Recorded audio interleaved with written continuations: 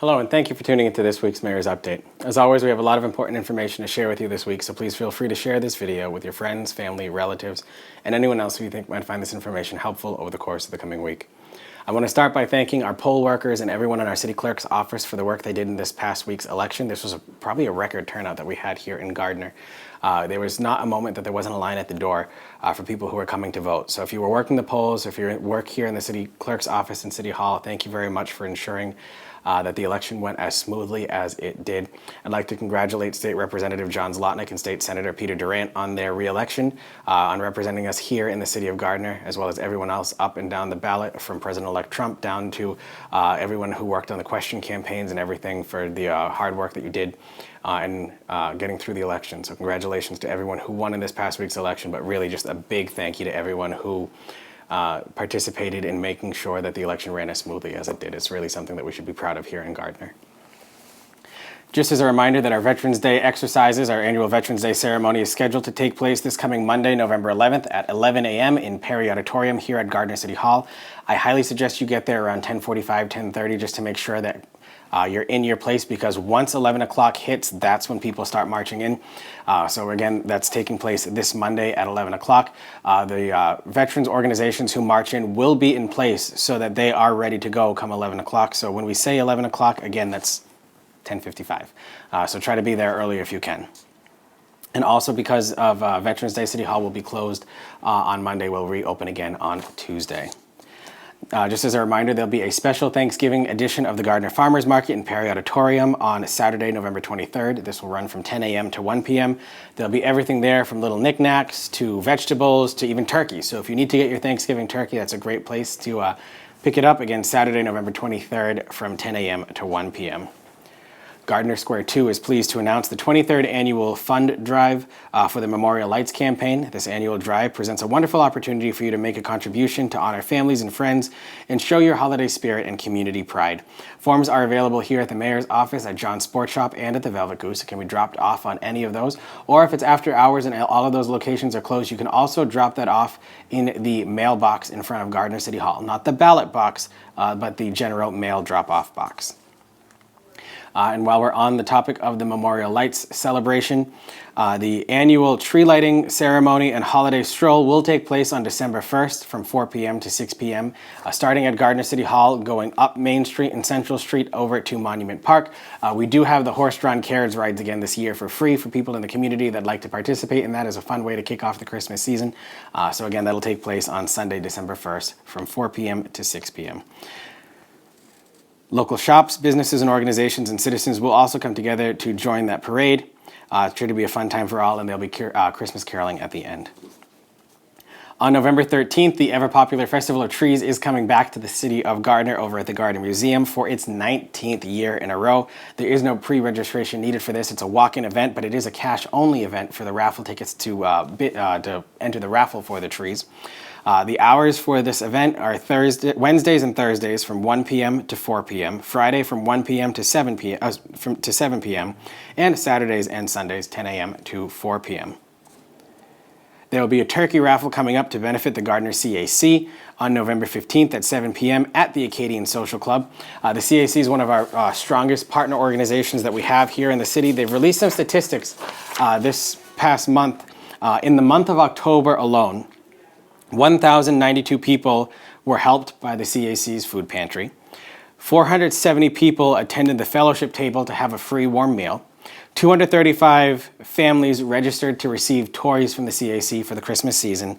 And overall, 257 hours were volunteered by individuals in the community to give back to their neighbors in that way. So thank you very much to the Gardner CAC for the tremendous work you do in the community. More on them at the end of the update, right before we break. We do want to mention too that Gardner Fire Chief Greg Lagoy and the Massachusetts Fire Marshal's Office have issued a fire ban here in the city for no outdoor fires. That's no cooking fires, no burning fires, no anything like that. I do have a prepared statement here that the chief has asked me to read, and this is something that we have shared on social media, and there'll be a code red call going out as well too, just to remind people about. And it reads as follows: to all Gardner residents from the Gardner Fire Chief. Effective immediately due to extreme weather conditions, any and all types of outdoor open fires are prohibited in the city of Gardner. All forms of open flame, including for the purposes of cooking, recreational, or ornamental fires, are banned until further notice. This includes fires associated with fire pits, chimeneas, and outdoor fireplaces. Also, the burning of brush and other yard debris is prohibited at this time. All residents are also asked to use extreme caution when disposing of smoking materials. Ensure that they are fully extinguished prior to disposing of them and only use non-combustible containers to dispose of those smoking materials. This ban is due to the ongoing lack of rain in the region, resulting in drought conditions as well as a hazardous fire condition setting, as evidenced by the multiple major wildland fires currently being battled across Massachusetts. Beyond the direct hazard posed by an out-of-control wildland fire, every firefighter battling a preventable outdoor fire is a firefighter who cannot respond to an unrelated structure fire, motor vehicle crash, medical call, or other 911 emergency. Residents are asked to call the Gardner Fire Department at 978-632-1616 and dial 0 to speak to a dispatcher to report any violations of this open burning ban. Let's come together and support our community. So this is something that we want to make sure residents take to heart, that there is this fire ban here in the city.